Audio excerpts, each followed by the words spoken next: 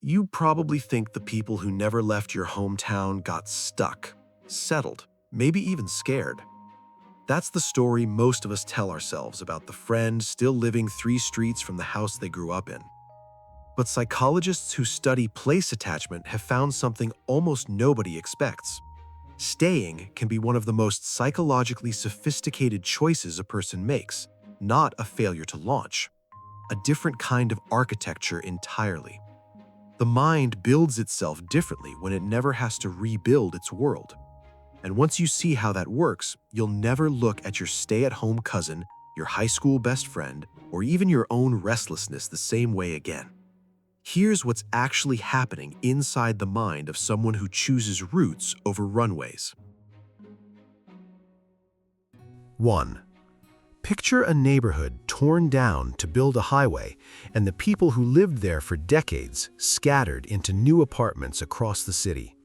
That's exactly what happened in Boston's West End in the 1950s, when an entire working-class community was uprooted in the name of progress. Sociologist Mark Freed interviewed the displaced residents afterward, and what he documented in 1963 stunned researchers. People were not just inconvenienced, they grieved.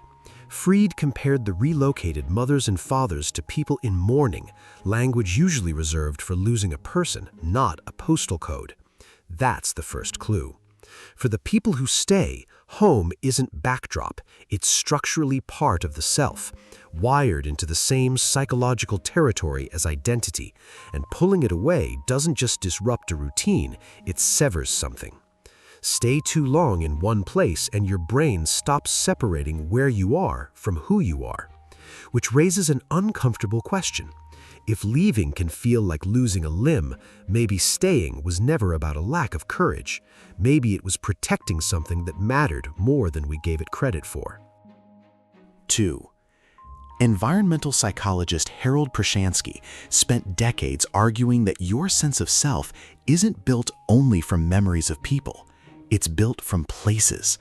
The kitchen table, the corner store, the walk to school you took 1,000 times without noticing.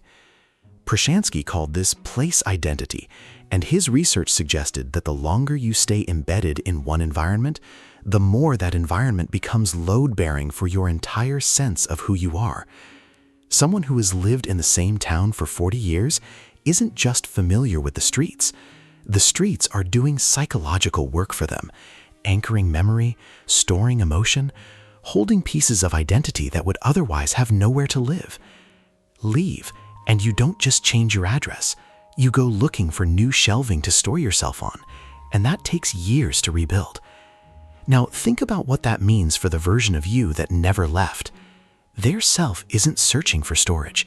It's already shelved, organized, settled into walls that have known them since before they knew themselves, which is exactly why so many of them describe leaving, even temporarily, as feeling like static, like interference in a signal that used to be clear. And that clarity, it turns out, has a measurable cost when it's taken away. 3. Now here's where it gets personal, because not everyone pays that cost the same way. Psychologist Shigehiro Oishi at the University of Virginia tracked thousands of people across years and found that residential mobility hurts well-being, but only for some personalities. Introverted people, the ones who build a handful of deep relationships rather than dozens of shallow ones, showed real drops in happiness and even health after frequent moves. Extroverted people barely flinched. They rebuilt social webs fast enough that mobility cost them almost nothing. Which means staying put isn't a universal virtue or a universal flaw. It's a strategy that fits some nervous systems better than others. And the people who never left their hometown may simply be the ones whose wiring told them, correctly, that their well-being lived in continuity, not in conquest. If you've ever felt that pull yourself, the comfort of old streets over new ones, you haven't fallen behind.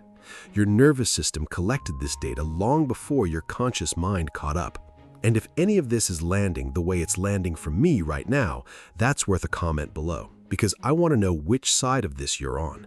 Because the next layer of this isn't about comfort at all. It's about fear, and the two get confused more often than you'd think. 4. Here's the layer most people miss entirely. Daniel Kahneman and Amos Tversky, the psychologists who reshaped how we understand decision-making, found that humans feel the pain of a loss roughly twice as intensely as the pleasure of an equivalent gain. They called it loss aversion, and it doesn't just apply to money, it applies to your zip code. For someone weighing whether to leave their hometown, the imagined losses, the friendships, the familiar grocery store, the funeral home that buried their grandfather, loom enormous in the mind. Meanwhile, the imagined gains, a better job, a bigger city, a different version of themselves, stay abstract and small by comparison, because the brain trusts what it can picture over what it can only guess at. So, some people who never left didn't choose roots out of wisdom. They flinched just once at the size of an imagined loss, and that flinch quietly became a life. Which means the psychology of staying isn't one story. It's two different people standing in the same spot, one anchored by something real, the other frozen by something imagined, and from the outside, they look identical. 5. So how do you actually tell the two apart, the rooted person from the frightened one? Psychologist Dan McAdams at Northwestern University spent his career studying what he calls narrative identity, the story you build to explain your own life to yourself. McAdams found that people with the strongest sense of well-being weren't the ones with the most exciting stories.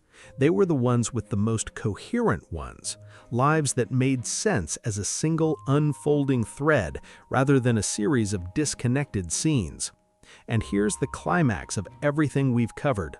For someone who never left their hometown, that coherence is sitting right there, built into the geography itself.